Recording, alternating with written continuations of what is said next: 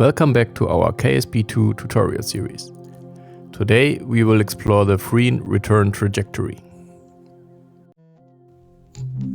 First, let's provide a brief explanation of what the free return trajectory is all about. The basic idea is to fly around a celestial body with just 2 burns and return to our starting celestial body. Burn 1. Launch and achieve orbit around the starting celestial body. Burn 2 is the injection burn, to depart from the orbit and reach the target celestial body. Burn 2 needs to be executed with really great precision. More on that later. The KSP Wiki features a comprehensive tutorial page on this maneuver, using the example of the MUN. You can check out the link in the description. The most important part here is the flight plan section, which explains in detail the recommended periapsis and everything else. However, I find the maneuver is even better explained on Wikipedia. The link is provided in the description. There you will find an illustrative graphic that beautifully demonstrates the whole process. You start on the left, achieve orbit with the first burn, and then wait for the appropriate moment to execute the injection burn towards the target celestial body. This burn should be performed in a way that allows us to pass in front of rather than behind the target celestial body. The gravity of the target celestial body will then decelerate us enough to emerge behind it, following a trajectory that leads us directly back to the starting celestial body. So let's go ahead and build the rocket. We will have a maneuver with 2 burns, so we'll have 2 stages. Stage 1 for achieving orbit and stage 2 for the injection burn. And off we go on this thrilling journey.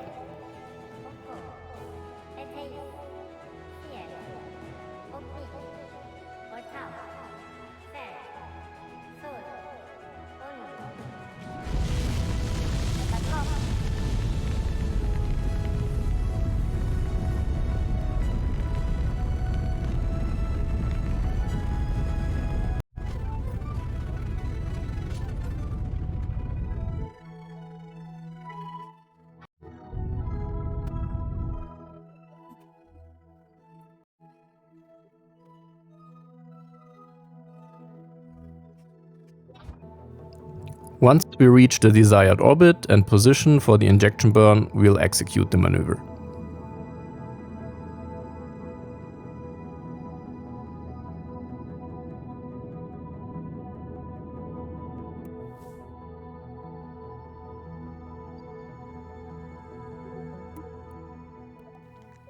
To perform this maneuver with utmost precision, we'll reduce the engine thrust to a minimum. Alternatively, we could have incorporated some RCS thrusters. Additionally, we'll also decrease the force with which the decoupler separates us to minimize its impact on the trajectory. At this point, we decouple the tank and the thrusters and everything, just to make clear that from this point on, it's really a free maneuver. We don't have the possibility to accelerate, decelerate. Nothing, it's just the command module, nothing else from here on. However, the early access status of KSP2 poses a challenge here. The video was created in version 0.1.2.0. As you can see here, the gravity of the MUN seems to have no effect on us. It's simply not simulated. Our trajectory remains unchanged. Interestingly though, the trajectory of our detached fuel tanks is affected and behaves according to physics. After several tests, I discovered that the actively controlled vehicle does not experience gravity simulation. Vehicles nearby, on the other hand, are subject to it. So what's the workaround for this problem?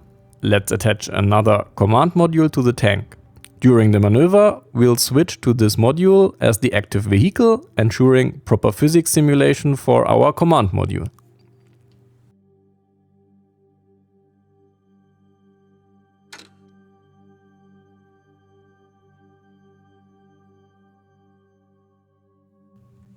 Now let's follow the maneuver in the map view.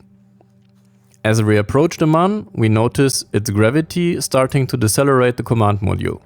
Look at the gray trajectory, not the blue one. The orbit becomes smaller and smaller. At some point, it transitions back into an escape trajectory, and we can observe our orbit around Kerbin gradually shrinking until we are on a collision course with it.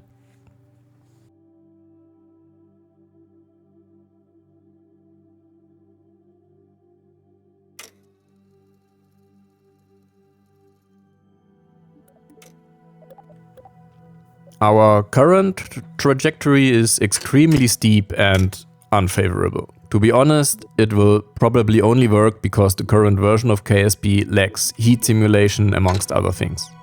The extreme G-forces seem to have little effect on the command capsule. Raby appears to be quite shaken, but he will quickly recover. In summary, once all the simulations are working correctly, this maneuver will require much greater precision. Nevertheless, I believe it provides sufficient understanding on the process.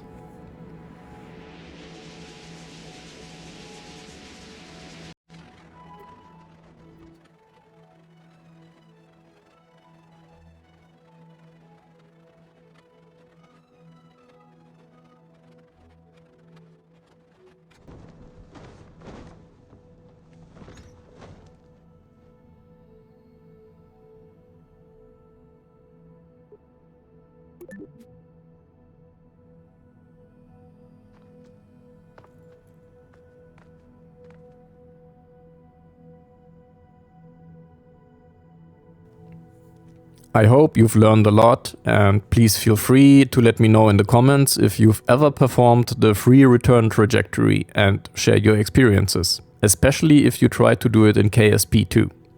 Thank you for watching, please leave a like or subscribe. Until next time.